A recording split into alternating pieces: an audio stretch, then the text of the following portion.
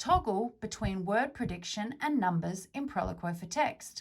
I'm demonstrating on my MacBook using the Proloquo4Text Mac app and the keyboard.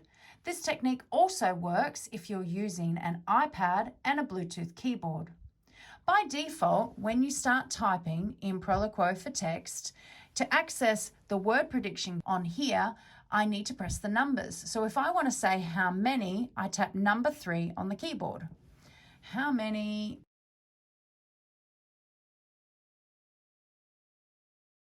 How many pairs of shoes do you have? If I now want to use numbers though, I can't because they are linked to the word prediction bar. However, there's a little button right at the end of the word prediction button. It's a blue kind of globe with a 1 and a 2 on it. If I tap that, what that does is it turns off the word prediction link to the numbers so that I can use my numbers. So now I can type in that I have about 25 pairs of shoes, which is probably not nearly enough. 25. And then I can click that same little toggle down in the bottom corner and I can turn my numbers attached to word prediction again.